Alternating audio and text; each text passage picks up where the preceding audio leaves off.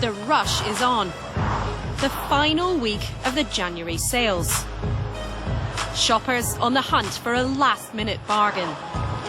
In the cutthroat business of high street fashion, price is king. So brands and retailers travel the globe to search for suppliers who can make their clothes at the cheapest possible cost.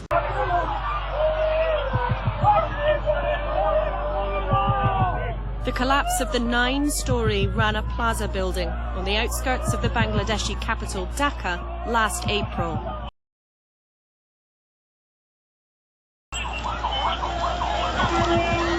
More than 1,000 workers were crushed to death. Moments earlier, they'd been churning out clothes for some of the world's biggest retailers, including orders for our high streets. The disaster drew the world's attention to garment factories in poorer countries, some like death traps.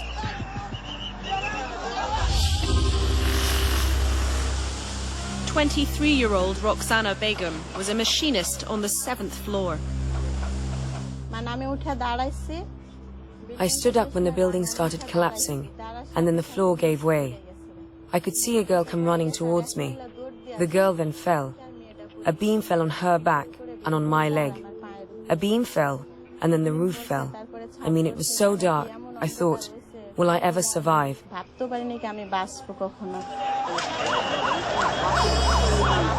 The rescue effort continued long into the night. Hundreds trapped alive.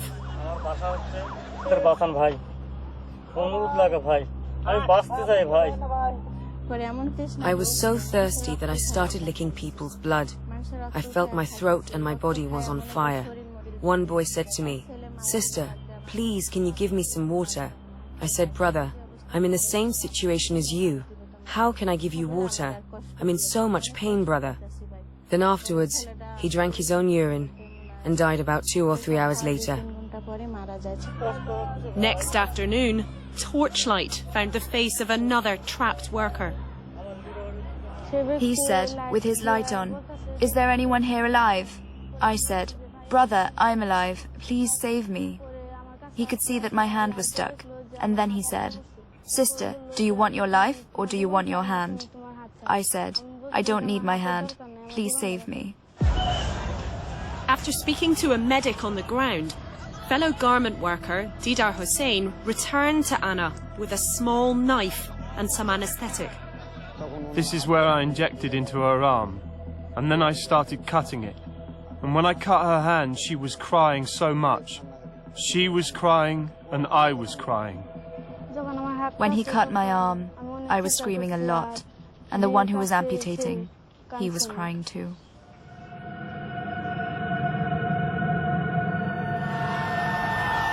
Anna was rushed to a nearby hospital. Medics were struggling to cope. Many could not be saved. Roxana was also rescued, but like Anna, she paid a heavy price. When I regained consciousness, I could see my leg had been cut. I could see everyone near me was crying.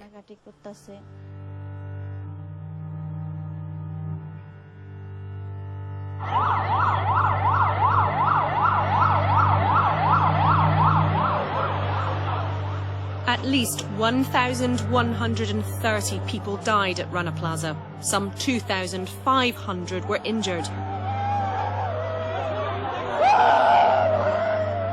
The scale of the catastrophe was shocking. But details then began to emerge of how large cracks had appeared in the pillars days before the disaster. 24 hours earlier, officials had ordered the building to be evacuated while checks were carried out. But owner Mohammed Sohail Rana went on television to assure everyone Rana Plaza was safe.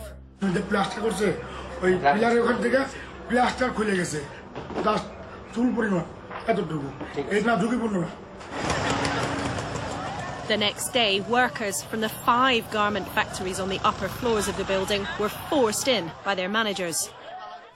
They said to me, "You sister fucker, if you don't go back inside, I'll stop your wages. Why aren't you going back in? The building didn't collapse during the night. It won't break now." He dragged me back inside. He dragged another 2 girls in.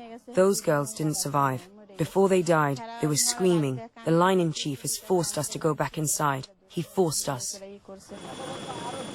4 days after the collapse, Sohail Rana was arrested, trying to flee across the border to India. An official inquiry later revealed that the building he had insisted was safe was riddled with construction faults.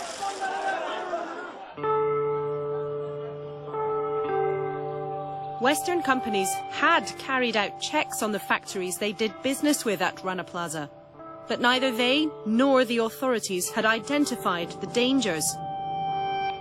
Among the dozens of labels found in the wreckage, a number of major high street names, including Primark.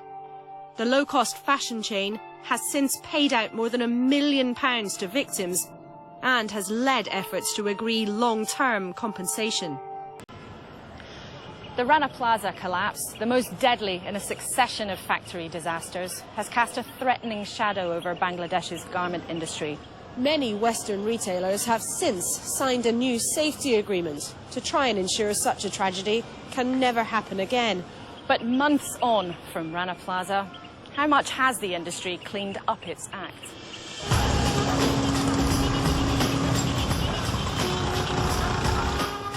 Bangladesh is one of the poorest nations on earth.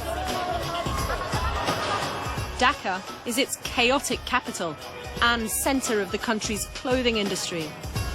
Here, labour is among the cheapest in the world, and safety rules are often unenforced. Britain imported nearly £1.5 billion worth of clothing from Bangladesh last year. That makes us the 3rd biggest trader with the country, behind the United States and Germany. In the space of about 15 years, Bangladesh has gone from being a minor player in the apparel industry to being the 2nd largest apparel producer in the world after China, exporting in excess of £13 billion per year. Bangladesh now has somewhere between 3,500 and 4,000 apparel factories, somewhere between 3 and 4 million workers. It's a truly massive industry that's out of control. Rana Plaza was by no means the first disaster to strike Bangladesh's garment trade. Hundreds more workers have died in fires and building collapses over the past decade. Since Rana Plaza, a new safety agreement has been backed by more than 100 retailers, among them some of the biggest names in the UK high street. Together they've agreed millions of pounds for independent factory inspections and building improvements.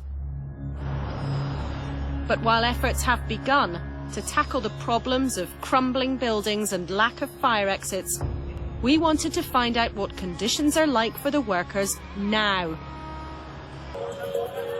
It's 7 p.m. Garment workers pour out of the backstreet sweatshops in Mirpur, an industrial hub of Dhaka, after a 10-hour shift.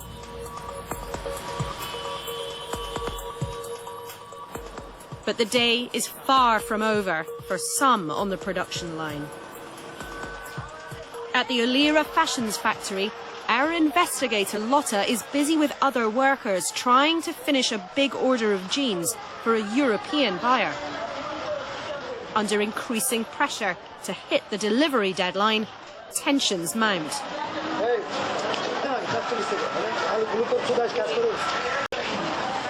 At Olira Fashions, workers are under strict orders not to chat and to pay attention.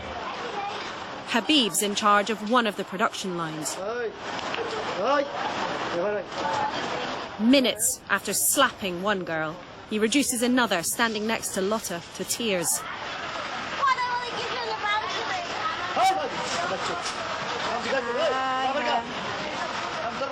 The girl, we'd been told, was just 14 years old.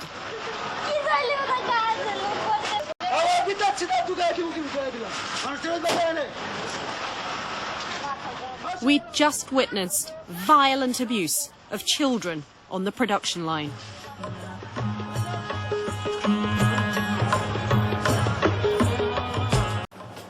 she obtained a job, earning the equivalent of just £30 basic pay a month. The factory produces jeans for customers across the world, including ones bearing the label of a major UK brand. এটা হচ্ছে লি Cooper jeans London এই যে ladies Lee Cooper is an iconic name in British fashion. The firm was founded more than 100 years ago and kitted out our armed forces during 2 world wars. More recently, Lee Cooper has been transformed into a global licensing operation. It's sold the rights to produce its brand in more than 40 countries. Lee Cooper, from London. Lee Cooper labels were reported to have been recovered from the ruins of Rana Plaza. But the brand never publicly confirmed or denied at the time whether its goods had been made inside the building. Now we'd found jeans bearing a Lee Cooper logo at Olira Fashions, piles of them stacked in the storeroom. At the factory, workers are under the constant threat of violent and verbal attack, and many of those targeted are little more than children. The lunchtime bell comes as a welcome relief for workers at Olira. But not only does production stop, the power for the lights and the fans is also switched off. Under Bangladesh labour laws, anyone under the age of 18 is banned from working in a factory for more than 5 hours a day. But at Olira, we found children working shifts of 11 hours or more. Following the Rana Plaza collapse, workers took to the streets. Pressure built on Western retailers to help improve conditions in the sweatshops producing clothes for us. The safety plan, backed by many UK companies, got underway last November with an inspection programme which will cover more than 1,500 garment factories. But Exposure has learnt that before Rana Plaza, many major brands were repeatedly warned about the dangers of the industry in Bangladesh. It's approaching 8 p.m. and Labani is working a late shift. She goes to fetch some water from the drinks dispenser on her floor. When she gets there, she finds the fire exit nearby is padlocked.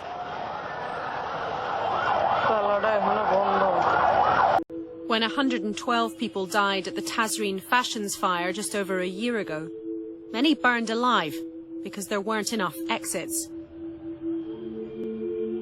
The locked fire door at the Vaz Apparels factory shows vital safety lessons are still ignored. A fire at the That's It sportswear plant in Dhaka 3 years ago. 29 people lost their lives. Just the latest in a series of fatal fires and factory collapses. In November 2012, at least 112 people were killed during a fire at the Tazreen Fashions factory. Survivors said many workers hadn't been able to escape because there weren't enough fire exits and managers had ordered them back to their posts. Among the carnage, clothes and labels for major retailers around the world, including Britain.